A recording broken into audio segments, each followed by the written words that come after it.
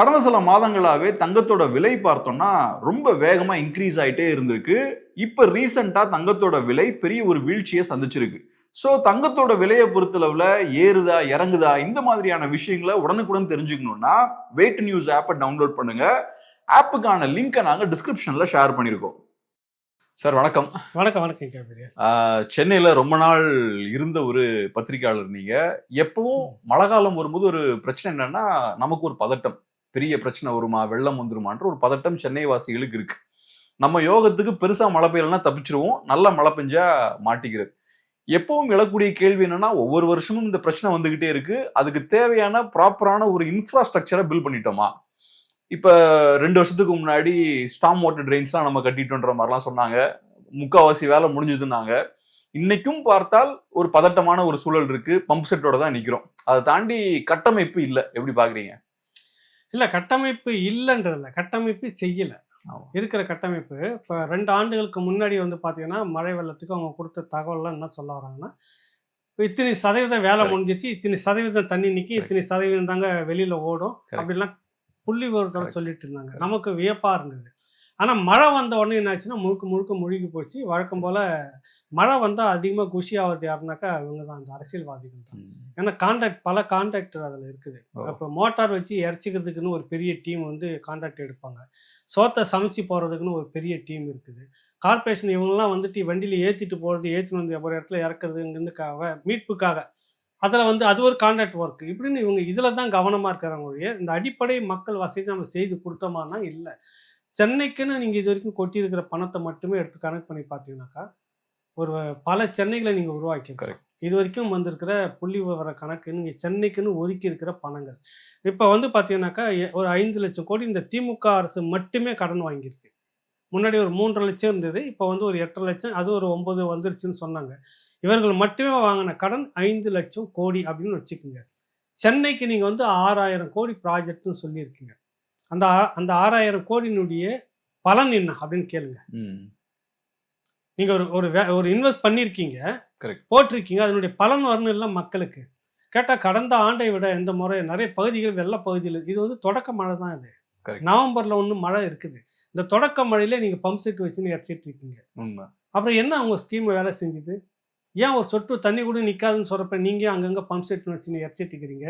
1.46 லட்சம் மக்களுக்கு சாப்பாடு கொடுத்ததா இன்றைக்கி கணக்கு சொல்லிட்டு இருக்கீங்க. 68 இடங்களை நாங்கள் சமைச்சு போட்டுட்டுக்கிறேன்றீங்க. அப்போ அவ்வளோ இடங்களில் நீங்கள் உட்காந்து மண்டபத்தை பிடிச்சி வச்சுக்கின்னு மக்களை கொண்டு போய் வச்சுருக்கீங்க. அவ்வளோ இடத்துல தண்ணி நிற்கிது. இப்போ கரெக்டாக நீங்கள் ப்ராஜெக்ட் ஒழுங்காக நடந்துருந்ததுனாக்கா ஏன் தண்ணி நிற்குது? பம்ப் செட்டுக்கு என்ன வேலை அது? இப்போ மழை பேஞ்சிட்டாவே இந்த பம்ப் செட்டு வச்சு நிறுத்திடுறது எல்லா இடத்துலையும். அதுக்கு எவ்வளோ செலவு, எவ்வளோ கான்ட்ராக்ட், எவ்வளோ விஷயம், அதை பற்றி ஒரு எதுவும் யோசிக்கிறதே இல்லை. இப்போ தான் அதுக்கான பணத்தை செலவு பண்ணோம், ரோடு போட்டோம், எல்லாத்தையும் செய்திருக்கிறோம், திரும்ப பள்ளம் நோண்டணும், திரும்ப ரோடு போட்டோம். இப்படியே தான் மாறி இந்த 4.5 வருஷம் சென்னையை நீங்கள் எங்கேயாவது நல்லா பார்த்துருக்கீங்க காபீர்? எங்கேயாவது பார்த்துருக்கீங்களா உருப்படியாக? ரோடு போட்டுட்டு போவாங்க, 2 நாள் கழிச்சு இன்னொருத்த கொத்திக்கிட்டு இருப்பாங்க. கேட்டால் நாங்கள் ஈபின்னுவாங்க. நாங்கள் இதே மாறி தான் சொல்லிட்டு ரோட்டை கொட்டி சவராக வச்சுக்கிட்டு இதில் ப்ராஜெக்ட் ஒரு சொட்டு தண்ணி கூட இருக்காதுன்னு சொன்னோன்னே இப்போ பார்த்தீங்கன்னா கால்வா அப்படியே நின்றுட்டு தண்ணி ஒரு பக்கம் போயிட்டு இருக்குது. ஃபோட்டோ வந்திருக்கு, எல்லாமோ வீடியோ வந்திருக்கு. வண்டியெல்லாம் ஒரு பக்கமாக போயிட்டு இருக்குது. தவறி உழுந்து ஒருத்தர் இறந்துருக்காங்க ட்ரைனேஜில்.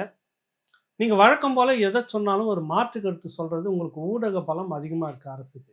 அவங்கள வச்சுட்டு நீங்கள் ஊதி விட்டுக்கிட்டே இருக்கீங்க. எது நடந்தாலும் சரி, ஒன்றும் நடக்கவே இல்லை. அவங்க சேனல்லாம் பாரு, தண்ணியே நிற்கல, பாலாரும் தேனாரும் ஓடுதுன்ற மாதிரி பேசிக்கிட்டு இருப்பாங்க. கடந்த முறை இங்கே இவ்வளோ தண்ணி இருந்து, இந்த முறை இவ்வளோ தண்ணி நிற்கலைன்னு. அப்புறம் ஏன் பம்ப் செட்டுக்கு என்ன வேலைங்க? ஏன் மக்களை கொண்டு மண்டபத்தில் வச்சுட்டு இருக்கிறீங்க? அந்த பகுதியை நீங்கள் எத்தனை வருஷமாக இருக்கீங்க?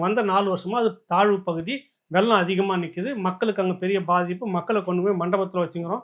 2021 ஓகே, 2022 அதே பல்லவி, அதே பாட்டு, அதே பல்லாக்கு தான் தூக்குறீங்க. சரி, ஒரு ப்ராஜெக்ட் கொண்டு பண்ணுறீங்க, 23, 24 பிறகு பண்ணுறீங்க. திரும்ப அதே பகுதியில் தண்ணி நிற்குது, அதே மக்கள் முகாமில் போகிறாங்க, அது சாப்பாடு கொடுக்குறீங்க, அதே கணக்கு வழக்கு எழுதுறீங்க, திரும்ப அதே பாட்டு தான் பாடுறீங்க. இப்போ கடைசியாக சொல்லிட்டு எல்லாம் முடிச்சுட்டு இதுக்கு மேலே வேலை இல்லை. நீங்கள் இப்போ நேற்று ஒரு மழை, சாதாரண ஒரு ட்ரையல் தான் இது, ஒரு பெரிய மழைலாம் கிடையாது எனக்கு தெரிஞ்சு. நான் பார்க்குறேன் உங்களுக்கு நவம்பர்லாம் மோசமான மழை இருக்குது. அதுவும் இந்தியா முழுக்க இப்போ கணக்கு எடுத்துட்டிங்கனாக்கா அங்கே உங்களுக்கு மேற்கு பகுதியிலேருந்து நேராக வடக்குலேருந்து வந்துட்டேருங்க. மிக மோசமான வெள்ள பாதிப்பு தான் அந்த மழை எல்லா மாவட்டத்திலையும் மாநிலத்திலையும் வந்திருக்குது. இந்த அதே மழை தான் இங்கே வந்த மழை இருக்குன்றாங்க. எப்படி தாக்கு பிடிக்கும் சென்னை, இன்னும் பல நகரங்கள் எப்படி இருக்கும்? கடந்த முறை தெற்க இதே மாதிரி ஒரு பகுதியெல்லாம் அவங்களுக்கு நெல்லை, தூத்துக்குடிலாம் மூழ்கி போன பகுதியெல்லாம் இருந்தது. இந்த முறை என்ன ஆகும்? எதுக்குமே பதில் இல்லை உங்ககிட்ட. ஆனால் உங்கள் ஊடகம் மட்டும் என்ன பேசுதுன்னா, எல்லாமே நல்லா இருக்குது, எல்லாமே சரியாக போச்சு, எல்லாமே நல்லா இருக்குன்னு தொடர்ந்து மக்கள்கிட்ட சொல்லிட்டு இருக்கீங்க. இதுக்கெல்லாம் தீர்வு மக்கள் தான் கொடுக்கணுமே ஒழிய, இவங்க மக்கள் திருந்தாத வரை அரசு ஒருபோதும் திருந்தாது. ஒரு முறையாவது உங்களுக்கு சரியான ஒரு பாடத்தை நம்ம சொல்லாத வகையில் அவங்க திரும்ப திரும்ப திரும்ப அதை தான் பேசிக்கிட்டு இருப்பாங்க. அதே தான் போயிட்டுருக்கோம். மக்கள் நம்ம நடு ரோட்டில் நின்று கத்திக்கிட்டு இருப்போம். இதே தான் நடந்துக்கிட்டு இருக்கு. பார்த்துட்டு இருக்கிறோம்ல இன்னைக்கு. சொல்லுங்கள். கரெக்டாக தான் ஒரு பாயிண்ட் ஒன்று சொன்னீங்களா சார்? ஃபர்ஸ்ட் என்னன்னா, நிறைய பணத்தை செலவழிக்கிறோம், நிறைய கடன் வாங்குறோம், ஆனாலும் அடிப்படை கட்டமைப்பு எதுவுமே இல்லை. அப்போ அந்த பணம் எங்கே போகுது அப்படின்ற கேள்வி கேட்டீங்க. அந்த பணத்தை எங்கே செலவழிக்கிறாங்க? இலவசங்கள், ஊழல் அப்படி போகுதா? என்ன நடக்குது தெரியல. நான் இப்போ ஒரே ஒரு கேள்வி கேட்குறேன். கேப்ரியல், நீங்கள் 5 வருஷத்துக்கு முன்னாடி நீங்கள் தேர்தலில் நிற்கிறப்ப உங்களுடைய சொத்து பட்டியல் எவ்வளோன்னு கொடுத்துருந்தீங்க? சொல்லுங்கள். 5 வருஷத்துக்கு பிறகு உங்களுடைய சொத்து பட்டியல் எவ்வளோ ஏறி இருக்குது? கேட்டால் நான் இண்டஸ்ட்ரி தொழில் தொடங்குறேன், எனக்கு எவ்வளோ வருமானம் வந்திருக்குன்னு காட்டியிருக்கீங்க. எவ்வளோ பேரும் நீங்கள் காட்டியிருக்கீங்க. திமுகவில் அத்தனை விஐபி எடுங்க, பட்டியலை எடுங்க. உங்களுக்கு மட்டும் இத்தனை லட்சம் கோடியை கூடுதலாக 5 வருஷத்தில் வளர்ந்துருக்கிறப்ப அதே தொழில் நீங்களும் நானும் சரி, எனக்கு பணம் வருதா? உங்களுக்கு அந்த பணம் வருதா? அப்போ அந்த பணம் உங்களுக்கு எங்கேருந்து சேர்ந்துருக்கும்? நீங்கள் நான் ஒரு இண்டஸ்ட்ரி தொடங்கி தொழில் தொடங்கி தான் எனக்கு இத்தனை லட்சம் கோடி எனக்கு சொத்து மதிப்பு வந்திருக்குன்னு நீங்கள் சொன்னீங்கன்னாக்கா, தமிழ்நாடு முழுக்க லட்சக்கணக்கான இளைஞர்கள் இந்த வேலை வாய்ப்பு கூட இல்லாமல் தொழில் செய்து நஷ்டத்தில் இருக்கிற எத்தனை லட்சம் பேர் கூப்பிட்டு வச்சு ஒரு வகுப்பு எடுங்க. நாங்கள் இப்படிலாம் இந்த தொழிலை செய்தோம், இப்படிலாம் நாங்கள் கோட்டீஸ்வரராக வாழ்ந்துருக்கிறோம். 5 வருஷத்தில், போன வருஷம் 5 வருஷத்துக்கு முன்னாடி இருந்த ஏவாவேலு சொத்துன்னா இப்போ இருக்கிற ஏவாவேலு சொத்துன்னா, 5 வருஷத்துக்கு முன்னாடி இருந்த நேருவோட சொத்துன்னா இப்போ இருக்கக்கூடிய சொத்துன்னா, ரெட் ஜெயின்ஸ் 5 வருஷத்துக்கு முன்னாடி இருந்த சொத்து மதிப்புன்னா இன்றைக்கி நான் சொத்து எடுங்க, எடுத்து வெளிப்படையாக பேசுங்க. கேட்டால் நீங்கள் ஒயிட்டில் தான் நடத்துறீங்க, நான் இல்லைன்னு சொல்ல வரல. அந்த வளர்ச்சி சாமானியனுக்கு வர மாட்டேங்குது. நடுத்தர குடும்பங்கள் தொழில் தொடங்கினா வர மாட்டேங்குது. உங்களுக்கு மக்கள் மேலே அக்கறை இல்லையா? எல்லோரும் வாங்கலையா? என்கிட்ட வாங்க, நாங்கள் ஒரு தொழில் பயிற்சி வைக்கிறோம், நீங்கள் இந்த விதத்தில் செய்தீங்கன்னா எங்களை மாதிரி கோட்டீஸ்வரர்களாக வந்துடுவீங்க. சொல்லிக் கொடுக்கலாம்ல. 1 லட்சம் இளைஞர்கள் தமிழ்நாட்டில் கோட்டீஸ்வரர்களாக உங்களை மாதிரி இருந்தாங்கனாக்கா அது நாட்டுக்கு வளர்ச்சி தானே. நீங்கள் தான் சார் வெளியில் போயிட்டு 5 லட்சம் கோடி கடன் வாங்கணும், கடனை வாங்கிட்டீங்க, திருப்பி அனுப்பணும், வட்டி மட்டுமே 40,000 கோடி கிட்ட கட்டிக்கிட்டு இருக்கீங்க மாதாந்திரம். ஒரு கட்டத்தில் இதுக்கு நீங்கள் கட்டிக்கிட்டே இருக்கிறீங்க, கடன் வாங்கிக்கிட்டே இருங்க. ஒரு 100 ரூபாய் நீங்கள் ஒரு 10,000 ரூபா ஒரு திட்டம் வாங்குறீங்க. ஒரு சின்னதாக இட்லி கடை போட்டுட்டு அது வருமானம் வந்தால் தானே அந்த காசை அடிச்சுக்கிட்டு இருப்பீங்க. வாங்கிட்டு நீங்கள் கூத்தடிச்சிட்டு ஜாலியாக இருந்துட்டு இருந்தால் அந்த கடனை எப்படி அடிப்பீங்க? உங்கள் வீட்டு பத்திரம் போயிடும்லாங்க. இதுதான் தமிழ்நாட்டோட நிலமை. இப்போவே 150 மடங்கு, 2 மடங்கு மின் கட்டணம் ஏறி இருக்குதுன்னு சொல்ல யாருக்குமே தெரியல. இதை பற்றி பேசவே இல்லை. நம்ம இங்கே கள்ளக்குறிச்சி சாராயம் பேசணும், அப்புறம் அண்ணா பல்கலைக்கழகத்தினுடைய மாணவி விஷயத்தை பேசணும், யார் அந்த சாருன்னு பேசிகிட்டு இருந்தோம். இப்போ விஜய் ஊர்வலத்தில், விஜய் பிரச்சார கூட்டத்தில் 41 பேர் இதை பேசிகிட்டு இருக்கிறோம். எனக்கு சொத்து வரி ஏறி போச்சு, மின் கட்டணம் ஏறி போச்சு, என்னுடைய கோவனம் உருவிட்டே இருக்கிறாங்க, எனக்கு தெரியல, நின்றுக்கிட்டு நான் வேலை பார்த்து விசில் அடிச்சுட்டு இருக்கிறேன். இது யாருன்னா பேசுகிறோமா? அரசியல் எவ்வளோ பாதிப்பு தெரியுமா? 10 காசு ஒரு ரூபாய் ஏற்றுறதுக்காக பிரச்சனை பண்ணாங்க எதிர்கட்சியாக இருக்கும்போது. மின் கட்டணம் ஏற்றக்கூடாது, அதிமுக அரசு மக்களை நசுக்குகிறது. நீங்கள் எவ்வளோ ஏற்றிருக்கீங்க? 2 மடங்கு ஏற்றிருக்கீங்க. ஒரு 1000க்குள்ளே கட்டிட்டு இருந்தேன், இன்றைக்கி நான் 3000 ரூபாய் கட்டிக்கிட்டு இருக்கிறேன். அப்போ இதை பற்றி யாருமே பேசல. இந்த காசு எல்லாம் வசூல் பண்ணுறதுல வாங்கிட்டு எங்கே போகுது இந்த காசு? ஏன் கடன் வாங்கணும்? கடன் வாங்கின காசு இன்வெஸ்ட்மெண்ட் எங்கன்னா போட்டு ஒரு பெரிய ஃபேக்ட்ரியை தொடங்கி அந்த ஃபேக்ட்ரியில் இன்வெஸ்ட்மெண்ட் பண்ணி 3 லட்சம் பேருக்கு 3,000 பேருக்கு வேலை கொடுத்துருக்குற மாவட்டந்தோறும் அந்த மாவட்டத்துலேருந்து இவ்வளோ வருமானம் வருது. தற்சார்பு பொருளாதாரம் எவ்வளோ ஃபேக்ட்ரி நீங்கள் ஆரம்பிக்கலாம். ஒரு முறையும் தக்காளி ரோட்டில் கொட்டுற மாதிரி உன் விவசாயி உன்னுடைய நம்பி இருக்கிறான், உன் நாட்டில் இருக்கிறான். அது ஒரு பெரிய ஃபேக்ட்ரி. ஒரு மாவட்டத்துக்கு எங்கே என்னென்ன அதிகமாக விளையுதோ, நான் தமிழர் கட்சி கொள்கை, அடிப்படை கொள்கை வரைகளை இதெல்லாம் இருக்குது. எந்த மாவட்டத்தில் எந்த பொருள் அதிகமாக விளைகிறதோ அங்கே ஒரு பெரிய ஃபேக்ட்ரியை கொண்டு இன்வெஸ்ட் பண்ணி ஃபேக்ட்ரியை போட்டு மதிப்பு கூட்டிய பொருளாக வெறும் தக்காளி சாஸ் சம்மந்தப்பட்ட எவ்வளோ விஷயங்கள் செய்ய முடியும். ஒரு நிறுவனத்தை போடு, அரசு சார்பாக வெளிநாட்டுக்கு MBA படிச்சவங்க எத்தனை பேர் இருக்காங்க. வெளிநாடுகள் போயிட்டு வெறும் பாலை மட்டும் வச்சுக்கிற டென்மார்க் உலகம் முழுக்க இன்னைக்கு பால் பொருள் ஏற்றுமதி, சாக்லேட்லேருந்து ஐஸ்கிரீம் நடக்குதா இல்லையா? இங்கே எவ்வளோ வளங்கள் இருக்குது. ஆனால் ஏன் நீ கடன் வாங்கிட்டு இருக்கிற?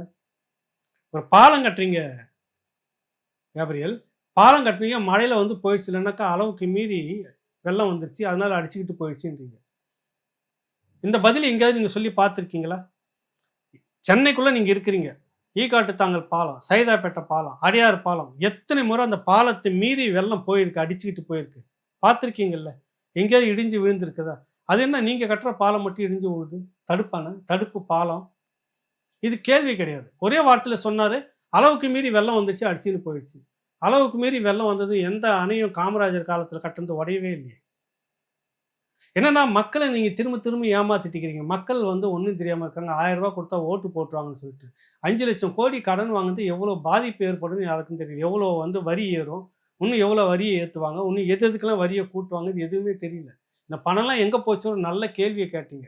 எங்கே போச்சுன்னு மக்கள் ஒவ்வொருத்தரும் கேட்கணும். என் பாக்கெட்டுக்கு வரல, உன் பாக்கெட்டுக்கு வரல, யாருக்கெல்லாம் ஏறி இருக்குன்னு சொத்து கணக்கு பார்க்க சொல்லுங்கள். அடுத்த கேள்விக்கு நம்ம போறதுக்கு முன்னாடி இப்ப நம்ம நிறைய அரசியல் சார்ந்த விஷயங்களை பேசிட்டு இருக்கோம். ஸோ இந்த மாதிரியான அரசியல் சார்ந்த செய்திகளை உடனுக்குடன் தெரிஞ்சுக்கணும்னா வெயிட் நியூஸ் ஆப்பை டவுன்லோட் பண்ணுங்க. ஆப்புக்கான லிங்க் நாங்கள் டிஸ்கிரிப்ஷன்ல ஷேர் பண்ணியிருக்கோம். அரசியல் ரீதியாகவும் நிறைய முன்னேற்றங்கள் நடந்துட்டு இருக்கு. ஒரு சைட்ல பார்க்கும்போது கரூர் சம்பவத்துக்கு அப்புறம் தாவேக்காவோட நிலைப்பாட்டில் ஒரு சின்ன மாற்றம் தெரியுது. ஃபர்ஸ்ட் அவங்க தனியாக தான் நாங்கள் நிற்போம், அதிமுகவும் விமர்சிச்சாங்க. இப்ப இருக்கக்கூடிய பார்வை என்னன்னா மேபி அதிமுக சைடு போகலாம் அப்படின்ற மாதிரி ஒரு தரப்பினர் சொல்றாங்க. பட் இருந்தாலும் தாவேகா தரப்புல இருந்து எந்த தெளிவும் வரல, தெளிவான பதில் வரல. எப்படி பாக்குறீங்க இதை? போவாங்களா அந்த சைடு? இல்ல, பதில் வரலன்றதை விட பதில் வந்திருக்குது. அதிமுக நிகழ்ச்சிகள்ல அவங்க கட்சி கொடி பிடிச்சிட்டு நிக்கிறப்ப அது இல்லைன்னு மறுத்து இருக்கணும். தாவேகா மறுத்தாங்களா? எங்கன்னா இல்ல, மறுக்கல. அது ஒரு பதில் வந்திருக்குதா? இல்லைன்னா இப்படி கூட பார்க்கலாம் இல்லையா? ஏன்னா இப்ப பெரிய ஒரு சிக்கல்ல இருக்காங்க. கரூர் சம்பவம் நடந்ததுக்கு அப்புறம் தாவேகா கட்சி தலைவர்கள் யாருமே வாயை திறக்கல. அதுக்கெல்லாம் வாய் திறக்காம இதுக்கு மட்டும் திறந்தாங்கன்னா மக்கள் சைட்ல இருந்து பெரிய எதிர்ப்பு வரும்ல. மேபி அது வேறங்க. அது பழி நீங்களே சொல்லியிருக்கீங்க. எனக்கு இதுல உண்மை சீக்கிரம் வெளியில வரும்னு சொல்லியிருக்கீங்க. சதி நடந்ததா நீங்க பேசியிருக்கீங்க. கோர்ட்ல மனு போட்டிருக்கீங்க, பெயில் அப்பாவா. பல விஷயங்கள் உங்க மூலமா வெளியில வந்துருச்சு. நாங்க இதுக்கு பொறுப்பு இல்லை, ஆளுங்கட்சி தான் பொறுப்புன்னு நீங்க சொன்னதெல்லாம் வெளியில வந்துருச்சு. உன்னுடைய கட்சியே பயன்படுத்துறாங்க, உங்களுக்கு தெரியாம பயன்படுத்துவாங்களா? ஆனால் நான் தொடக்கத்துல இருந்து நான் ராமனாவில் என்னுடைய வலைத்தளத்துல பதிவு பண்ணிட்டு இருக்கிறேன். நிறைய பேர்கிட்ட பேசும்போது சொன்ன, ஒரு காலமும் தாவேக்கா தனிச்சு நிற்கக்கூடிய துணிச்சலோ தைரியமோ அவங்களுக்கு கிடையாது. இப்படி சொல்லிக்கிட்டு கடைசி நேரத்தில் ஒரு இடத்துல கூட்டணிக்கு போயிடுவாங்க இவங்க. விஜயகாந்த் மாதிரியோ அது பின்னால் வந்த சீமான் மாதிரியே கிடையாது. போராட்ட குணம் இருக்கணும் உங்களுக்கு. விஜய் புரியுதில்ல? போராட்ட குணம் இல்லாமல் நீங்கள் ஒரு ரூமுக்குள்ளே உட்காந்துக்கிட்டு அரசியல் பண்ணுறதுன்னா ரொம்ப காலம் நீடிக்காது. உங்களுடைய கட்சி தொண்டர்கள் ஒரு சின்ன விஷயத்துக்கு கூட ஓட்டம் எடுக்கிறாங்க, போலீஸ் வருது, கைது பண்ணுறாங்க, சாயங்காலம் மண்டபத்தில் வச்சுருந்து விட்டுருவாங்கன்ற அரசுக்கே தலைத்தெறிக்க ஓடுறதை பார்த்தோம். நாம் தமிழர் கட்சி, சீமான், இந்த மண்ணுக்குள்ளே நூற்றுக்கணக்கான போராட்டங்கள் நடந்திருக்காங்க, நூற்றுக்கணக்கான கைது, மாநில விடுதலை, நிறைய ஆயிரக்கணக்கான பேருக்கு நீக்கும் வழக்கு பல இடங்கள்ல. அதெல்லாம் நீங்கள் சந்திக்கணும், தாக்கு பிடிக்கணும். விஜயை கிட்டத்தட்ட 2 முறை தனிச்சு நின்று போட்டியிட்டு கடைசி கட்டத்தில் தான் நெருக்கடி காரணமாக போய் கூட்டணி வச்சார். அதில் கூட உங்களால் தாக்கு பிடிக்க முடியாது. விஜய் ஒரு காலமும் தாக்கு பிடிக்க முடியாது. ஏதோ ஒரு கட்சியில் ஒரு ஐக்கியம் ஆவார்னு சொல்லிட்டு இருந்தோம். ஆனால் இவ்வளோ விரைவாக நடக்கும் அப்படின்னு நான் எதிர்பார்க்கல. இன்னும் சில மாதங்கள் எடுத்திருக்கும். இவருக்கு இப்போ வேற வழி கிடையாது. உங்களுக்கு தனிச்சு நிற்கணும்னா நீங்கள் டெல்லியில் இருக்கக்கூடிய ஆளுங்கட்சி, இங்கே இருக்கக்கூடிய ஆளுங்கட்சி ரெண்டையும் எதிர்கொள்ளணும். முதல்ல எதிர்கொள்கிற அளவுக்கு உங்களுக்கு பெரிய செல்வாக்கு இருக்குதானாக்கா அப்படி இல்லை. ரசிக மனமாக தான் தேட்டர்லேருந்து அப்படியே கொண்டு ரோட்டில் நிறுத்திக்குங்க. அதனுடைய விளைவு தான் அங்கே மரணம் நடந்ததுக்கு ஒரு கட்டுப்பாடு, ஒழுக்கம் இல்லாத ஒரு கட்டுப்பாடற்ற ஒரு கூட்டத்தை ரோட்டில் நிறுத்தி வச்சதனுடைய விளைவு இது. அரசு தரப்பில் நிறைய தவறுகள், முதன்மையான தவறுகள் இருக்குதுன்னு அதை மறுக்கவே இல்லை. ஆனால் இப்போ ஒரு கூட்டம் நடக்குது. விஜய் சொல்கிற கூட்டம் என்னன்னா, நமக்குள்ளே நம்ம பார்த்துக்கணும்னு சொல்லுவார். விஜயகாந்த் சொல்லியிருக்கிறாரு மேடையில், பார்த்து போங்க, பார்த்து வாங்க, உள்ளே யாரன்னா ஊடுருவி யாருன்னா பண்ணாலும் நீங்கள் தான் பார்த்துக்கணுன்றப்ப ஒரு அவேர்னஸ் வருது. நாம் தமிழர் கட்சி கூட்டத்துக்குள்ளே எவ்வளோ பெரிய கூட்டம் கூட்டினாலும் ஒரு அவேர்னஸோட நிற்பாங்க. ஆனால் அங்கே அப்படி ஒரு கட்டுப்பாடும் இல்லை. அந்த மாதிரி ஒரு கூட்டத்தை வச்சுக்கிட்டு நீ அரசியல் என்னத்தை ஃபேஸ் பண்ண போகிற? எப்படி நீ தனித்து நிற்க முடியும்? எனக்கு முதல்ல புரியலையே. தனிச்சு நின்று ஒரு கட்சி அதிகாரத்துக்கு வரணும்னா வரலாற்றில் மற்றவங்கெல்லாம் கதை விட்டுட்டு இருப்பான். நீங்கள் 35% மேலே 40% உங்களுக்கு வரும்போது தான் நீங்கள் வெற்றி கட்சியில் அதிகாரத்தில் உட்காந்த திமுக, அதிமுக நீங்கள் அது வரைக்கும் வாங்கின பார்த்தீங்கன்னாக்கா கரெக்டாக 40-35 அதிகமாக இவங்களுக்கும் அவங்களுக்கும் 3-4 வித்தியாசம் தான் ஒரு முறையும் மாறி வரும். அதிமுக கூட்டணி வெற்றி பெறும்போது திமுக கூட்டணி எதிர்கட்சியாக இருக்கும். எதிர்கட்சியாக வித்தியாசம்னா பார்த்தீங்கன்னா 3%, 4% ஓட்டு தான் வித்தியாசப்படும். ஆக 35க்கு மேலே நீங்கள் எடுத்தீங்கன்னா தான் நீங்கள் அதிகாரமாக கட்சிக்குள்ளே தனித்து நின்று அதிகாரத்தை பிடிக்க முடியுன்ற நம்பிக்கை வரும். இல்லை மிக பெரும் வாக்கு வங்கி இருக்கிற ஒரு கட்சி உங்கள் கூட கூட்டணிக்குள்ளே வந்தால் நீங்கள் 35% தாண்டி மேலே போகிற மாதிரி இருந்தால் நீங்கள் அதிகாரத்துக்கு வரலாம். தனிச்சு நின்று நீங்கள் வந்து அதிகாரத்துக்கு வரலன்னா இன்னும் நீண்ட பயணம் வேணும் உங்களுக்கு. நாம் தமிழர் கட்சி சீமான் சொல்கிற மாதிரி தாக்கு பிடிச்சி நடக்கும் இன்னொரு 3 எலெக்ஷன் நீங்கள் தாண்டணும். அவன் மேலே நம்பிக்கை வரணும். விஜயகாந்த் அவர்கள் வந்திருந்த போது இருந்த வாக்கு சதவீதம், கடைசியாக அவருக்கு வந்த வாக்கு சதவீதம் 12% வந்தது. அந்த அந்த நம்பிக்கையில் தான் திமுகலாம் போயிட்டு காத்துக்கிட்டு இருந்தது. இப்போ அந்த விஷயம் கூட பேசிட்டு இருக்கிறாங்க. விஜய் கிட்ட திமுக விவாதத்தில் நம்ம பார்க்குறோம், திமுக ஆட்கள் பேசுறது. விஜய் கிட்ட அதிமுக போய் காத்து கிடக்குது, கெஞ்சுது அப்படின்னு. விஜயகாந்த் கிட்ட நீங்கள் கெஞ்சிட்டு இருந்தீங்களே சாமி, விஜயகாந்த் கிட்ட நீங்கள் கெஞ்சிக்கிட்டு இருந்தீங்களே. கார்ட்டூனிஸ்ட் பாலா ஒரு அருமையான கார்ட்டூன் ஒன்று போட்டார். கருணாநிதி விஜயகாந்தனுடைய வீட்டு வாசலில் கால் மேலே கால் போட்டு கீழே ஒரு துண்டை போட்டு மேலே படுத்துன்னு மல்லாக்கா கட்சி உடன்பிறப்பெல்லாம் நீங்கள் போங்க, நான் தம்பி எப்போ வருதோ வெளியில் வந்து நான் பார்த்து பேசிட்டு வரேன், நீங்கள் போங்க அப்படின்னு சொல்கிற மாதிரி டயலாக் போட்டுருந்தார். அப்படி காத்துட்டு இருந்தீங்களே நீங்கள். யாரா நமக்கு சாத்தியமான ஆட்களாக அவங்க வீட்டுக்கு போய் பேசுவாங்க தான், அவங்கக்கிட்ட கூட்டணி வைப்பாங்க தான். விஜய் கூட கூட்டணி வைக்கிறது கிண்டல் பண்ணுது திமுக. கெஞ்சுறீங்க நீங்கள் யார்கிட்ட கெஞ்சாமல் இருந்தீங்க? காங்கிரஸ் கிட்ட கெஞ்சினீங்க நீங்கள். 2014 தொகுதி பங்கீடு பிரச்சனையில் ஏதோ முட்டிக்கின மோதிங்க, வெளியில் வந்துட்டீங்க, 2 பேரும் துப்பிக்கிட்டீங்க, கேவலமாக பேசிட்டீங்க தெரியுமா? தேவையில்லாத அழுக்கு மூட்டி நாங்கள் சுமந்தன்னாரு இளங்கோவன். திமுகவா அழுக்கு மூட்டைன்னாரு.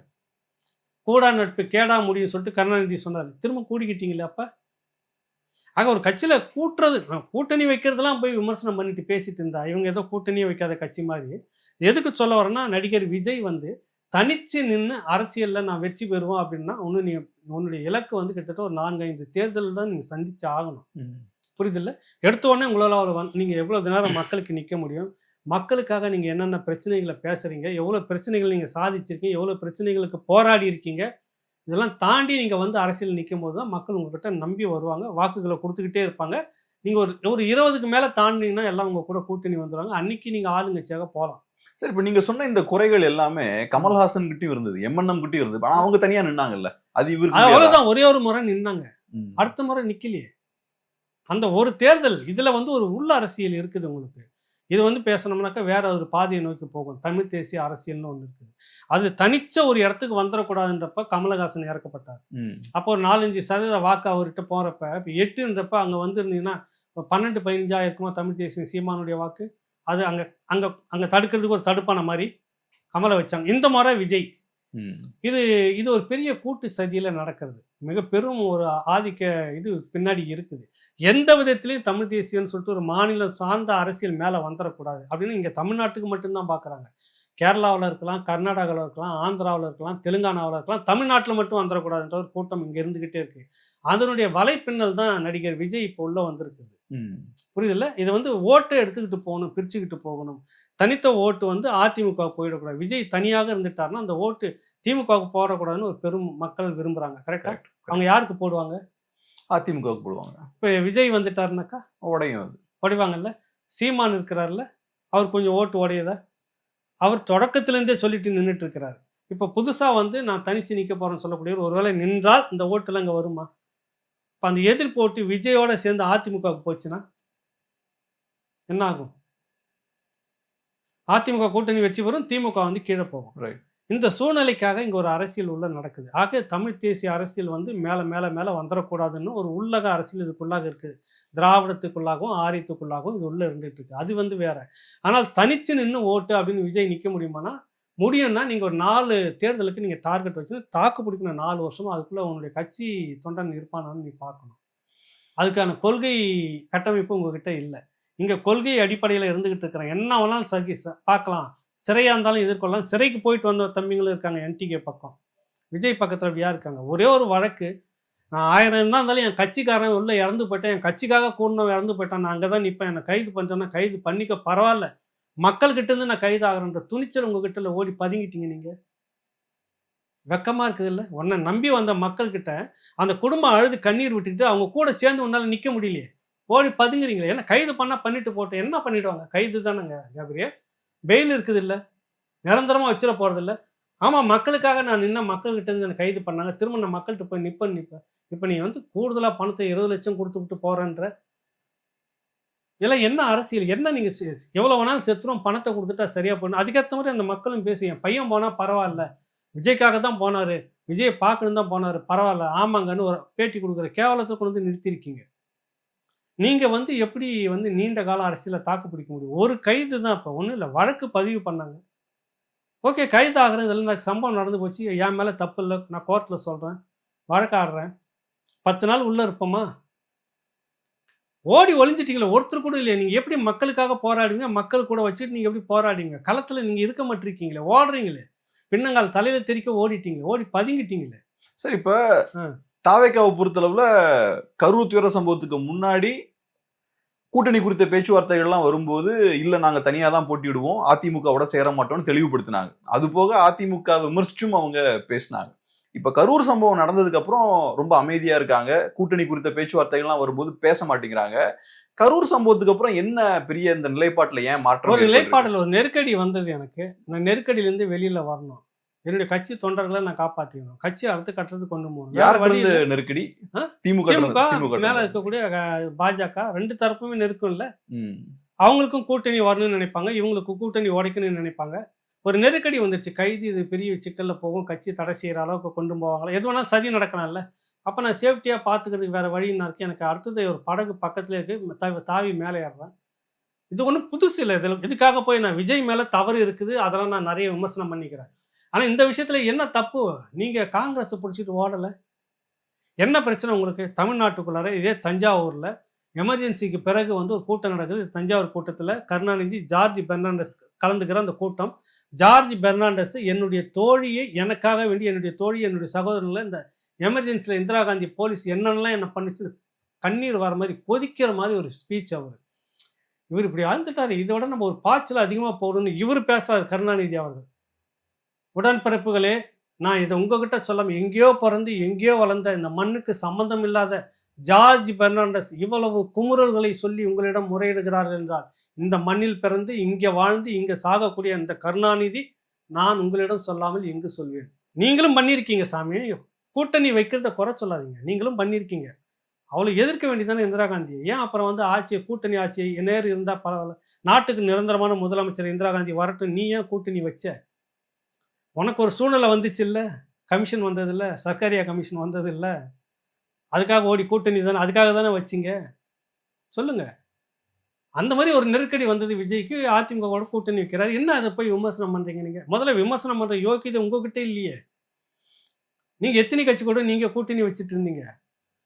பண்டாரம் பரதேசி கட்சிகள்னு சொன்னீங்க, பார்ப்பன ஆரிய கட்சி நீங்கள், இந்துத்துவா கட்சிங்க நீங்கள், திராவிடம் அதுக்கு நேர் எதிரானதுன்னு சொன்னீங்க, வசனங்கள்லாம் பேசுனீங்க, முறுக்குனீங்க, உருண்டிங்க. அந்த ராஜாஜி கூட கூட்டணி வச்சு ராஜாஜி பார்ப்பன புல்லுகப்பட்ட பார்ப்பனர், ஆரிய பார்ப்பனர். இந்த பார்ப்பனர் கூட முதுகுல ஏறி உட்காந்து அவர் கூட்டணி கூட இருந்து அவர் தயவுல தான் நீங்கள் போய் கோட்டையில் உட்காந்தீங்க 1967. இல்லைன்னு சொல்லுங்க. ராஜாஜி பார்ப்பன ஆரிய கைக்கூலியாக இருந்த அந்த அவர் அன்னைக்கு அவர் காங்கிரஸ் பண்ணையார் வேற, இவ்வளவு இருந்தவர் காலை பிடிச்சிக்கிட்டு தான் நீங்கள் போய் உட்காந்தீங்க நாற்காலியில். அதனுடைய மிச்சம் தான் இன்ன வரைக்கும் நீங்கள் கண்டினியூ ஆகிட்டு இருக்கீங்க. எங்கள் கொள்கை எங்கே போச்சு உங்களுக்கு? திராவிட நாடு தானே கேட்டீங்க, ஏன் கூட்டணிக்குள்ளே வந்தீங்க? வரலாறு இருக்குது கேப்ரியல் உங்கள் பக்கம். நீங்கள் யோக்கியம் இல்லை. இன்னொரு கட்சி கூட போய் கூட்டணியை பற்றி சேர்றதுக்கு நீங்கள் விமர்சிக்கிறீங்கன்னா அந்த யோக்கியத்தை உங்ககிட்ட இல்லைன்ற. இப்போ நீங்கள் சொல்ல வச்சு இப்படி புரிஞ்சுக்கலாமா? இப்போ நடுவில் விஜய் மாட்டிட்டு இருக்காரு. ஒரு சைடில் திமுக அழுத்தம் போடுறாங்க, இன்னொரு சைடில் பாஜக அழுத்தம் போடுறாங்க.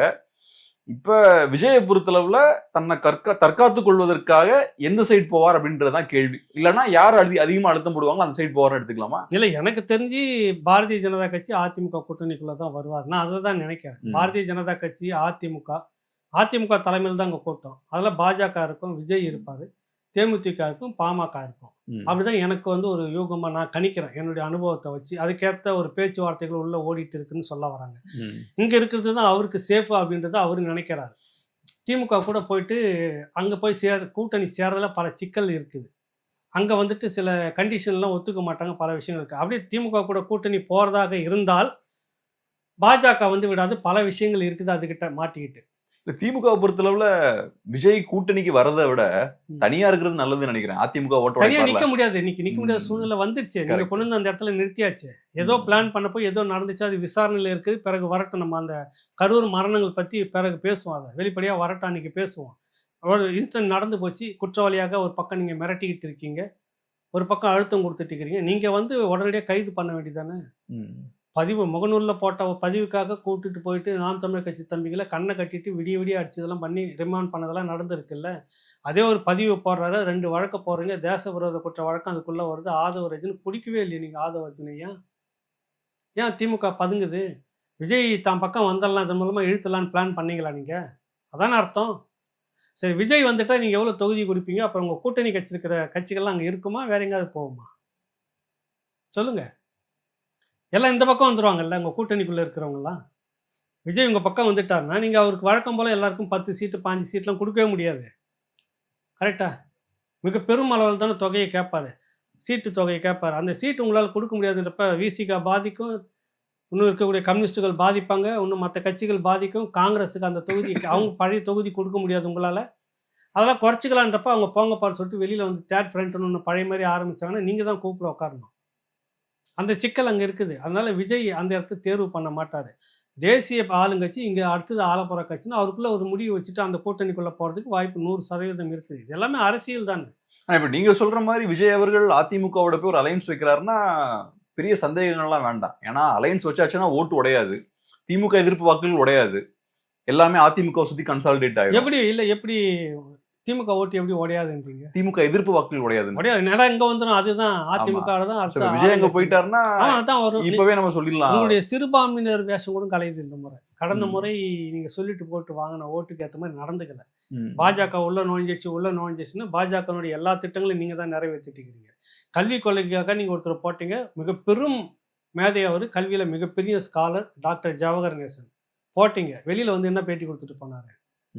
பாரதிய ஜனதா கட்சியினுடைய புதிய கல்விக் கொள்கையை வேற வேற பேர்ல பெயிண்ட் மட்டும் மாற்றி கலர் மாற்றி உள்ள கொடுக்குறது, இதெல்லாம் ஏழைகளுடைய கல்வியை தான் அங்கே பாதிக்கும். இப்படிப்பட்ட வேலைக்கு நான் வரலன்ட்டு போனாரா இல்லையா? உங்கள் பரந்தூர் விமான நிலையம் யாரோட ப்ராஜெக்ட்? மத்திய அரசு பாஜக அரசுடைய ப்ராஜெக்ட். நீங்கள் ஊந்து செய்துட்டு இருக்கிறீங்களே. காட்டுப்பள்ளி துறைமுக விரிவாக்கம் ஊந்து செய்துட்டு இருக்கிறீங்களா பாஜகனுடைய திட்டங்கள். நீங்கள் எந்த திட்டத்தை பாஜக திட்டத்தை தலையில் தூக்காமல் இருக்கிறீங்க? திமுக எல்லாம் செய்தில்லை. இந்துத்துவா உள்ள நுழைஞ்சு சிறுபான்மையினர் ஓட்டெல்லாம் வாங்கிட்டு இந்த 4.5 வருஷமா நீங்கள் போட்ட வேஷம் தெரியாதா? பார்த்துட்டு இருக்கிறாங்கல்ல. ஒன்றும் எதிர்க்கவே இல்லையா நீங்கள்? உத்தரப்பிரதேஷ் மாதிரி இருக்குதுங்க. இங்கே இந்து அறநிலையத்துறைன்ற பேரில் ஆர்எஸ்எஸ் ஊர்வலம் விட்டுட்டாங்க. கருணாநிதி இருந்தப்ப நடந்ததா? ஜெயலலிதா இருந்தப்ப நடந்ததா? அவங்களும் முதலமைச்சர் தானே. அப்பவும் கோர்ட் இருந்ததில்லை, அப்பவும் நீதிமன்றத்துக்கு போனாங்கல்ல. அன்னைக்கு இருந்த அரசு தரப்பு கடுமையாக நீ என்ன வேணாலும் தீர்ப்பாக இருக்கட்டும், என்னுடைய சட்டம் ஒழுங்கு பாதிக்க முடியாது, சட்டமன்றத்தில் தீர்மானம் அமைச்சரவை முடிவெடுத்துட்டு ஸ்ட்ராங்காக நின்னாங்களே. நீங்கள் ஏன் நிற்கல? ஆர்எஸ்எஸ் ஊர்வலம் நடந்துச்சா இல்லை தமிழ்நாட்டுக்குள்ளார? 8000 கோடிகளுக்கு மேலே நாங்கள் வந்து 8000 கோயில்களுக்கு மேலே நாங்கள் குடமுழுக்கு பண்ணன்றீங்க. உத்தரப்பிரதேசத்துலேருந்து கேட்குற மாதிரி இருக்குது. கோமடம் கொண்டுட்டு வரீங்க நீங்கள். இந்துத்துவனுடைய எந்த கிட்டத்தட்ட ஒரு 6000 ஏக்கருக்கு மேலே நாங்கள் மீட்டிருக்கிறோம் இந்து அறநிலையத்துறை நிலங்கள்ன்றீங்க. பஞ்சமி நிலத்தை 1 ஏக்கர் மீட்டு கொடுக்க துப்பு இல்லை உங்களுக்கு. ஒடுக்கப்பட்ட அட்டவணை பிரிவு மக்களுக்கு கிட்டத்தட்ட ஒரு சாயல் வந்துகிட்டு இருக்குல்ல. எங்கே பார்த்தாலும் ஒரு இந்துத்துவா வாடை உங்களுக்கு அடிச்சுட்டே இருக்கு. நீங்கள் எப்படி இந்துத்துவாவுக்கு எதிரானவர்கள்? இன்னும் சிறுபான்மை ஜவஹர்லால் ஷா கூட இருக்கிறவன்னு நம்புவார், வேற எதனா கூட இருக்க கிறித்துவ அமைப்புகள் நம்புவோம், மக்கள் நம்புவாங்களா? அந்த கோஷமும் இந்த முறை நீங்கள் போட முடியாது. 4.5 வருஷமாக நீங்கள் இந்துத்துவாவுக்கு எவ்வளோ சாதகமாக இருந்தீங்கன்றது மக்கள் பார்த்துட்டு இருக்கிறாங்க. பாஜக உள்ளே பூந்துடும் அப்படின்லாம் சொல்லாதீங்க. நீங்கள் வேணால் பாஜகவுக்குள்ளே நுழைஞ்சிட்டீங்க, புரியுதில்ல? அதுவும் இப்போ எடுபடாது. ஆக இந்த பார்த்தீங்கன்னா இந்த முறை கணக்கு எங்கே வருதுன்னா விஜய் இந்த பக்கம் தான் போவார், இந்த கூட்டணி அமோகமாக வெற்றி பெறுன்ற மாதிரி தான் இந்த நிலை இருக்குது. எனக்கு அவங்க மேலே விமர்சனம் இருக்குது, அது வேற. நடக்கிறது தானே நான் சொல்ல முடியும், பொய்யா சொல்ல முடியும்? சரி, அது நடக்கும். அது சார், இப்போ நடக்கக்கூடிய இந்த அரசியல் இருக்கு இல்லையா, அதை ஒரு தமிழ் தேசிய பார்வையில் நீங்கள் டீகோட் பண்ணால் நல்லா இருக்கும் சார். ஏற்கனவே நீங்கள் பேசும்போது சொன்ன ஒரு விஷயம் என்னன்னா, கமல்ஹாசன் அவர்கள் வந்ததால தமிழ் தேசியத்துக்கு பெரிய ஒரு பின்னடைவு ஏற்பட்டது. குறிப்பா நாம் தமிழர் கட்சி நல்லா வளர்ந்திருக்க வேண்டிய கட்சி ஒரு பின்னடைவை ஃபேஸ் பண்றாங்க. நீங்க இப்ப விஜய் அவர்கள் கமலை விட பெரிய ஒரு ஸ்டார், கமலை விட பெரிய ஒரு தாக்கத்தையும் அவர் ஏற்படுத்துறாரு. விஜயோட வருகையால தமிழ் தேசியத்துக்கு பின்னடைவு 2026 ஏற்படும் நினைக்கிறீங்களா? கட்டாயம் ஏற்படும். அது இல்லைன்னா சும்மா வசனமா பேசிட்டுலாம் இருக்க முடியும். நான் யதார்த்தத்தை சொல்றேன், ஒரு பாதிப்பு இருக்கும். அதுக்கு கடந்த முறையை விட இன்னும் பல மடங்கு வேலை செய்யணும். தமிழ்நாட்டுக்குள்ளே நீங்கள் வந்து பார்த்தீங்கன்னாக்கா ஒரு அரை நூற்றாண்டுகளுக்கு மேலே இந்த தமிழ் தேசிய அரசியல்ன்ற ஒரு கோட்பாடும் ஒரு கோஷமும் இருந்துக்கிட்டே தான் இருக்குது. அது நீங்கள் 1000 மறுத்தாலும் கூட, சீமான் மேலே நீங்கள் 1000 விமர்சனம் வச்சாலும் கூட 2009-10க்கு அவர் கட்சி தொடங்கி வந்த பிற்பாடு அது இன்னைக்கு ஒரு பட்டி தொட்டிலாம் போய் ஓரளவுக்கு சேர்ந்து இருக்குது. இப்போ எல்லாருக்கும் வந்து இது ஆரிய திராவிட அரசுனா என்ன, தமிழ் தேசிய அரசியல் என்னன்னு ஒரு கேள்வி வந்துக்கிட்டே இருக்குது. மற்ற மாநிலத்தை அந்த மண்ணை சேர்ந்தவர்கள் ஆளும்போது இங்கே மட்டும் ஏன் அந்நியர் வந்து ஆண்டுகிட்டு இருக்கிறாங்க? மற்ற மாநிலத்தில் தமிழர்களுக்கு அங்கே நிறைய லட்சக்கணக்கில் கோடிக்கணக்கில் இருந்தாலும் அங்கே ஒரு உரிய பங்கீடு கிடைக்காத போது இங்கே வந்து ஒரு 6% இருக்கிறவங்க மட்டும் கொழுத்த மந்திரி பதவியில் உட்காந்துட்டு இருக்கிறாங்களே, ஏன் அந்த அரசியல்? மற்ற மாநிலத்தினுடைய கனிம வளங்கள்லாம் காக்கப்படுது கேரளாவில், தமிழ்நாட்டுக்குள்ளே மட்டும் சுரண்டி சுரண்டி எடுத்துகிட்டு போகலாமன்ற அரசியல் இங்கே ஏன் வந்துட்டு? இது எல்லாமே இன்றைக்கி பேச ஆரம்பிக்கிறாங்க. இப்போ சீமான்கிற ஒரு தமிழ் தேசிய அரசியல் வந்து 0வில் தொடங்கி 1லிருந்து அடுத்தது வந்து இன்றைக்கி 8ன்ற நிலைக்கு வந்திருக்கிற ஒரு கட்டத்தை நீங்கள் பார்க்கணும். ஒரு தேவை இருக்கிறது என்பதால் அதை எடுக்கிறாங்க. இதுக்கு வந்து ஒரு மடைமாற்றுவது, ஊடறுப்பதுன்னு சொல்கிறதில்ல, அந்த மெத்தட் தான் இப்போ வந்து முன்னாடி கமல் கொண்டுட்டு வர்றாரு. கமல் யார்கிட்ட போய் இணைஞ்சிருக்கிறாரு?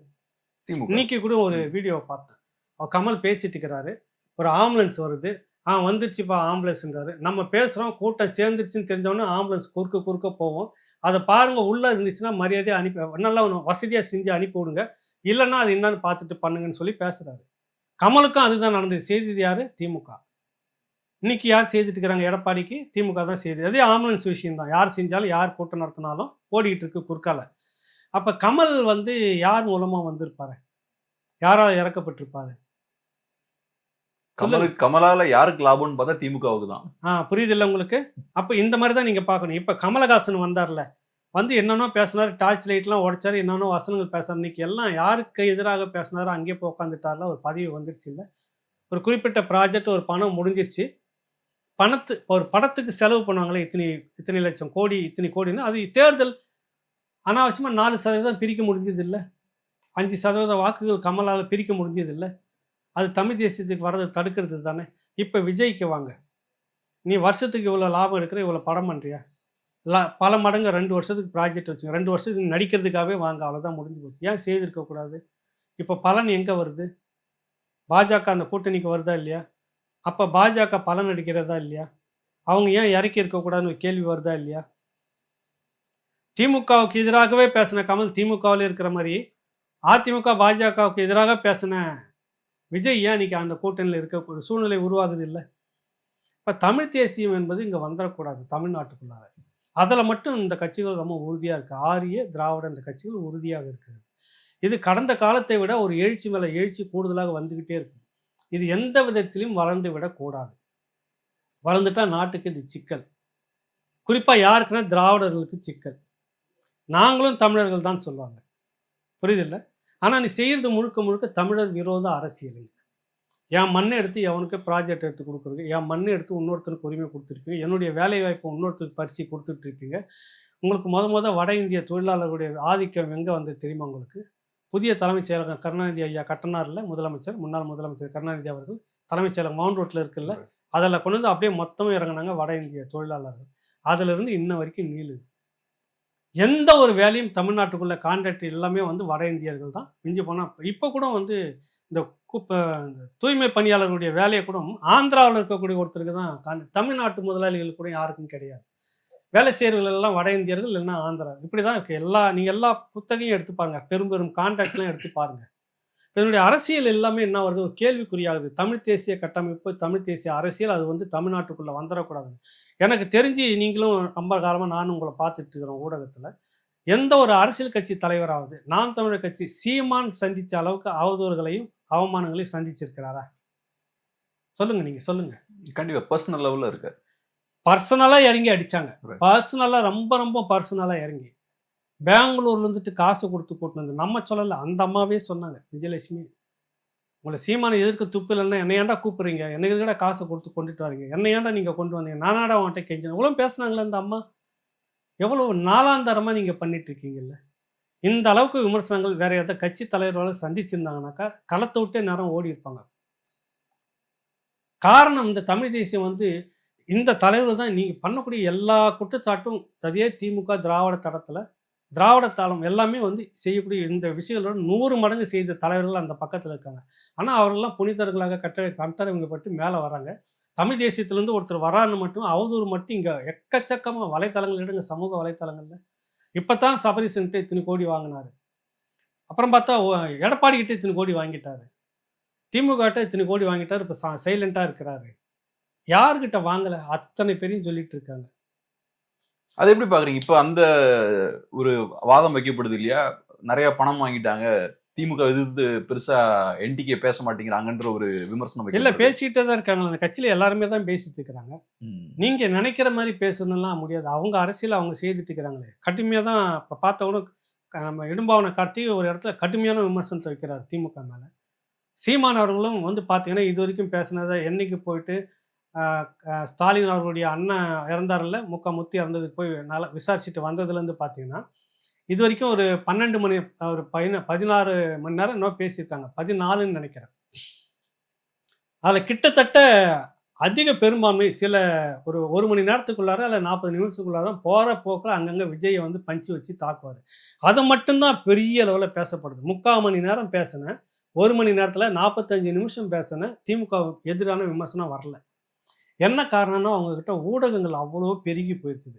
அந்த ஊடகங்கள் அதெல்லாம் விட்டுட்டு இந்த விஜய் இதை மட்டுமே எடுத்துகிட்டு ஃபோக்கஸ் பெருசாக ஆக்குறப்ப விஜய்க்கும் சீமானுக்கும் தான் இப்போ பிரச்சனை. விஜய் தான் இப்போ இந்த மாதிரி சீமான் விஜயை மட்டுமே தான் எதிர்க்கிறார். திமுகவை பேசுறது வெளியில் வரல. ஏன்னா இந்த திமுக சார்பு ஊடகங்கள் என்ன நினச்சிக்குது, இதை மட்டும் எடுத்துகிட்டு போனோம்னா மடமாற்றிக்கிட்டு போயிடலாம் நம்ம. இப்போ அதை தானே பேசுகிறேன் எல்லாருமே. நீங்கள் கூட அதானே கேள்வி கேட்குறீங்க. திமுக விமர்சனம் பண்ணது எதனா ஒன்று வந்திருக்குதா? போகிற வழியில் எனக்கு அவங்களுக்கு என்ன பர்சனல், திமுக நபர்களுக்கு எனக்கு அவருக்கு என்ன பர்சனல், அண்ணன் தம்பியாக தான் இருக்கிறோம் அப்படின்னு சொல்லிட்டு போகிறத மட்டும் எடுத்து போட்டு பிரபகண்டா பண்ணிகிட்டே இருக்கீங்க. திமுகவுக்கு ஆதரவாக இருக்க, திமுகவுக்கு ஆதரவாக. அதே திமுகவை பற்றி கடுமையான விமர்சனங்களை வச்சுட்டு பேசுறது வெளியில் வர நீங்கள் பண்ணவே மாட்டிருக்கீங்களே. காரணம் ஊடக பலம். அதுதான் சொல்ல வரேன்னா, தமிழ் தேசிய அரசியல் தளத்திலிருந்து இந்த திராவிட ஆரிய இந்த அரசியல் கட்டமைப்பை நான் பார்க்குறப்ப இந்த ஒரு 10-15 ஆண்டுகளில் நாம் தமிழர் கட்சி அல்லது சீமான் சந்தித்த அளவுக்கு விமர்சனங்களை வேறு எந்த கட்சி தலைவர்களும் சந்திச்சிருக்க முடியாது. ஒரு கட்டத்தில் வந்து விஜயகாந்த் மேலே இதே அதுதான் சொல்ல வரேன். இவர்களுக்கு தேவைன்னாக்கா ரொம்ப வழிய பேசி ஊடகங்களில் ரொம்ப அட்டாச் பண்ணி பெரிய வல்லவர் நல்லவர்லாம் பேசி கொண்டு வந்துடுவாங்க. அதே விஜயகாந்த் எவ்வளவு களத்தில் இறங்கி என்ன அப்படின்னு போகிற போக்கில் அங்கே கேட்குறத மட்டும் எடுத்து போட்டு மிரட்டுறாரு, நாக்கை கடிக்கிறாரு, நாக்கை துருத்துறாரு, இப்படிலாம் கொச்சப்படுத்துனது இதே ஊடகங்கள் தானே, திமுக ஊடகங்கள் தானே. அந்த ஊடகங்கள் தானே பின்னாடி போய் வாசலில் காவல் காத்துன்ட்டு அவர் பெரிய அளவில் வானத்துக்கும் பூமிக்கும் மன்னவரே நல்லவரே அப்படின்னு சொல்லி பேசி கூட்டணி வச்சிங்க. திமுக கூட வச்சிங்க இல்லை? அன்றைக்கி தெரியலையா விஜயகாந்த் தப்பான மனிதர்னு? உங்களுக்கு வேணாம் அப்படின்னாக்கா நீங்கள் முடிவு பண்ணிட்டுன்னா உங்கள் ஊடக பலம் அவ்வளோ கொச்சப்படுத்தும். அந்த இடத்துல தான் சீமானை வச்சு நீங்கள் பண்ணீங்க. ஆனால் தமிழ் தேசியம்ன்றது இன்றைக்கும் ஒரு பெரும் இளைஞர் கூட்டத்தில் போய் சேர்ந்துருச்சு. அது இனிமேல் நீங்கள் நிறுத்தினாலும் கூட ஒரு காட்டாரி மாதிரி அது உருவாக வரும். நீங்கள் எவ்வளோ மதுபான கடைகளை திறந்து தெருவுக்கு காயடிக்கிற வேலையை பண்ணாலும், எவ்வளோ போதை பழக்கத்தை உள்ளுக்குள்ளே கொண்டு வந்து எவ்வளோ திரிச்சாலும், சீமானை நீங்கள் எவ்வளோ அவமானப்படுத்தி எவ்வளோ விஷயங்களை கொண்டுட்டு போனாலும், இது வந்து ஒரு அளவுக்கு ஓட தொடங்கி இருக்குது. நீரோட்டம் அறுத்துக்கிட்டு ஓட தொடங்கியிருக்கு. இது தடுக்கிறது இனிமேல் முடியாது. சீமான் அவர்களே சொல்லிக்கிறார், நானே நின்னாலும் நானே தடுத்தலாம், அது முடியாது. அந்தளவுக்கு இளைஞர்கிட்ட போய் சேர்ந்துருச்சு. இது ஒரு கட்டத்தை நோக்கி இந்த ஒரு அரசியல் மாற்றம் வரும். ஒரு காலகட்டம் இதுக்கு இருக்குது. தமிழ் தேசியன்றது முடங்கி போகிற அளவுக்கு இன்றைக்கி இல்லை. ஒரு காலகட்டத்திலலாம் அறிஞர் குணா அவர்கள்கிட்ட பேசிகிட்டு இருக்கும்போது அவர் எழுதின திராவிடத்தால் வீழ்ந்தோன்ற புத்தகத்துக்கு தடை பண்ணி வழக்கு சென்னைக்கு கொண்டுட்டு வராங்க. அவரை ஒரு 200 இருக்கிற தோழர்கள் மறியல் ஆர்ப்பாட்டம் பண்ணுறாங்க, விடுதலை செய்யுன்னு. தடியால் அடித்து மோசமாக அடித்து நாயை விரட்டுற மாதிரி விரட்டுனாங்க. இன்றைக்கி அது அவ்வளோதான் களம். எந்த இடத்துல போனாலும் 200 பேர் 300 பேர் ஏதோ அவங்களாம் உட்காந்து பேசிகிட்டு இருப்பாங்க. இன்றைக்கி ஒரு சராசரியாக பார்த்தீங்கன்னா பல ஆயிரம் இளைஞர்கள் ஒரு இடத்துல போடுறாங்கல்ல தமிழ் தேசிய அரசியல் களம்னாக்கா. ஒரு பெரிய மாநாடுன்னா லட்சக்கணக்கில் பேர் வராங்கல்ல. இந்த கட்டமைப்பு வளர்ந்துருக்கிறது. இது வந்து ஆரியத்துக்கும் நல்லதில்லை, திராவிடத்துக்கும் நல்லதில்லை. இங்கே வந்துட்டு அவன் வரான் இவன் வரான், அவன் உள்ளே நுழைஞ்சிரும் இது இப்படின்னு சொல்லிக்கிட்டே வந்து கதை ஓட்டிக்கிட்டு திராவிடம் அதிகாரத்தில் உட்காந்துட்டு இருந்ததில்லை. இந்த மண்ணுக்கு தொடர்பே இல்லாத திராவிடம், இல்லாத ஒரு திராவிடம், அது இனி ரொம்ப நாள் தாக்கு பிடிக்காது. அதுக்கான ஒரு அரசியல் இங்கே வருது. அது எப்படியாவது அறுத்து போடணும் அப்படின்னு ஒரு அவதூறை எடுத்து பரப்புது. இதுதான் இங்கே அரசியல். இதுதான் ஓடிட்டு இருக்குது. இப்போ நாம் பார்த்த அளவில் நாம் தமிழர் கட்சியோட பலமே என்னன்னா, ஒவ்வொரு தேர்தலையும் அவங்களோட வாக்கு சதவீதம் அதிகரிச்சுட்டே போகுது. 2016ல் 1% வாங்குறாங்க. அப்போ பரவலா சொல்லப்பட்ட விஷயம் என்னன்னா, 1க்கு மேல போகாது, 1 தான் தாக்கு பிடிக்க மாட்டாங்க. அதுக்கப்புறம் 4 வரும்போது அதான் சொன்னாங்க. இப்போ 8க்கும் அதான் சொல்றாங்க, இதுக்கு மேல போகாதுங்க, ஒரு தேக்க நிலை எட்டிட்டாங்கன்றாங்க. கேள்வி என்னன்னா, இப்ப விஜய் வராரு, பாதிப்பு இருக்குன்றீங்க. பாதிப்பு கொஞ்சமா இருந்தா பரவாயில்ல. இப்ப 8ல இருந்து 9% போயிட்டா பரவாயில்ல. 8ல இருந்து 7 போயாச்சுன்னா மீடியா ஃபுல்லா நாங்க அப்பவே சொன்னோம்ல 8க்கு மேல அவங்க போக மாட்டாங்க, கீழே இறங்கிடுவாங்கன்னு சொன்னோம்ல, அப்படின்னு ஒரு பெரிய பிரச்சாரம் நடத்துவாங்க. சோ எப்படி பாக்குறீங்க? 8க்கு மேல போகுமா? அதெல்லாம் வந்து 8க்கு மேல போறதுக்கு நிறைய வாய்ப்பு இருக்குது. குறைஞ்சாலும் கூட நான் என்ன சொல்ல வரேன், மக்கள் நல கூட்டணி ஒண்ணு பிரிஞ்சு போச்சு இல்ல. நீங்க எவ்வளவு வாங்கிட்டீங்க அப்ப? அரசியல் கட்சியில வாக்குகள் குறையிறது கூடுறது வந்து வெற்றி தோல்வியை வந்து நிர்ணயிக்காது கேப்ரியல். அது உங்க வசதிக்கு வேணா நீங்க பேசிக்கலாம். ஒரு லட்சிய பாதையில போயிட்டு இருக்கிற எல்லாருக்குமே நீங்களும் சொன்னீங்க 2016 எங்களுக்கு வாக்கை விட லட்சியம் தான் முக்கியம் அப்படின்னு சொன்னீங்க. உங்களுடைய வாக்கு சதவீதம் எவ்வளவு குறைஞ்சது? காங்கிரஸ் காமராஜருக்கு பிறகு வாக்கு சதவீதத்தை எவ்வளவு இழந்திருக்குது? இன்னைக்கு நிக்குதுல்ல, அரசியல் நிக்குதுல்ல. அதிமுக செல்வி ஜெயலலிதா அவர்கள் இறந்த பிறகு எவ்வளவு வாக்கு வங்கி இழந்திருக்குது? எம்ஜிஆர் அவர்கள் இருந்தபோது எவ்வளவு வாக்கு வங்கி வச்சுட்டு போனாரு? எத்தனை சதவீதம் குறைஞ்சது? அதை விட இன்னும் அதிமுக செல்வி ஜெயலலிதாவுக்கு பிறகு எத்தனை சதவீதம் குறைஞ்சது? போயிடுச்சு அரசியல் காலத்தை விட்டு? போயிடுச்சுங்களா சொல்லுங்க. இந்த சதவீதம் குறையிறது கூடுதுன்றதால வந்து ஒரு கட்சி அதில் களத்தை விட்டு போயிடுது அப்படின்லாம் முடிவு பண்ணவே முடியாது. தேவை இருக்கும் வரை அந்த கட்சி இருந்துகிட்டே இருக்கும். மக்களுக்கு தேவை இருக்கு. எங்களுக்காக போராடக்கூடிய ஒரு கட்சின்றது ஒவ்வொருத்தனுடைய மனசுலையும் இன்னைக்கு வந்திருக்குது. பிற மொழியாளர்கள் மத்தியிலையும் அந்த எண்ணம் வந்துச்சு. இந்த மண்ணுக்கும் இந்த மக்களுக்கும் ஒரு கட்சி தொடர்ந்து குரல் கொடுத்துட்டு இருக்கு, பேசிட்டு இருக்குது. 49ல் தொடங்கின திராவிட முன்னேற்ற கழகம் இந்த காலகட்டத்தில் இத்தனை ஆண்டுகளுக்கு பிறகு அரை நூற்றாண்டை கடந்துட்டு இப்போதான் அவங்க கட்சிக்குள்ள சுற்றுச்சூழல் பாசறைன்னு ஒன்று வச்சாங்க. யாரால வச்சாங்க சொல்லுங்க? யாரால வச்சாங்க? அது நாம் தமிழர் கட்சியினுடைய சுற்றுச்சூழல் பாசறை இந்த மண்ணுக்கு இந்த மக்களுக்கும் எல்லா வகையிலும் ஒரு போராட்டத்தை திறந்துகிட்டே இருக்குது. புரியுதில்ல உங்களுக்கு? நாம மட்டுமே கிடையாது, நம்மளை சுற்றி இருக்கிறது எல்லாமே எல்லா கனிம வளத்துக்குமாக போராடக்கூடிய கட்சியாக இது இருந்துகிட்டு இருக்குது. இந்த மாதிரி நமக்காக பேசக்கூடிய ஒரு கட்சி இருக்கும் அப்படிங்கிற எண்ணம் மக்கள்கிட்ட இருக்கிற வரைக்கும் கட்சி தோற்று போகிறதுக்கான வாய்ப்பே கிடையாது. உங்களுக்கு சதவீதம் ஏறும் இறங்க உடனே அந்த கட்சி அதோட முடிஞ்சு போச்சு. நீங்கள் இன்னைக்கு பேசிக்கலாம், உங்களுக்கு ஊடகம் இருக்குது கேபீரியல். நீங்கள் ஆளுங்களை வச்சுக்கிட்டு பேசலாம். நாம் தமிழர் 8 இருந்தது 7 வந்துருச்சு, 6 வந்துருச்சு, 5 வந்துச்சு. நான் நேற்றே சொன்னேனே பார்த்தீங்களா, அதிமுக கூட போயிருக்கலாமா, போயிட்டு இருந்தாலும் நீங்கள் இப்படி வந்திருக்கலாம், 1000 விமர்சனங்கள் நீங்கள் வைக்கலாம். இந்த சதவீதம் அடுத்த ஒரு தேர்தலில் தேவை ஏற்பட்டால் கூடும். தெரியுமா உங்களுக்கு? மக்களோட தேவை இருக்குது. இவரும் நம்பணும் இவரும் நம்பணும், 2 பேருமே வேஷதாரிகள். இந்த 2 பேரும் அந்த கட்சிக்கு இந்த கட்சி பரவாயில்லன்ற ஒரு நிலைமை மக்களுக்கு வரும்போது சீமான் அந்த கட்சி நாம் தமிழர் கட்சி தேவை. வாக்கு சதவீதம் ஏறுதா இல்லையா பாருங்க. ரொம்ப நன்றி சார். உங்க பிஸியான டைம்ல அருமையான ஒரு பேட்டி ரொம்ப நன்றி. ரொம்ப நன்றி கேட்குறேன். வணக்கம்.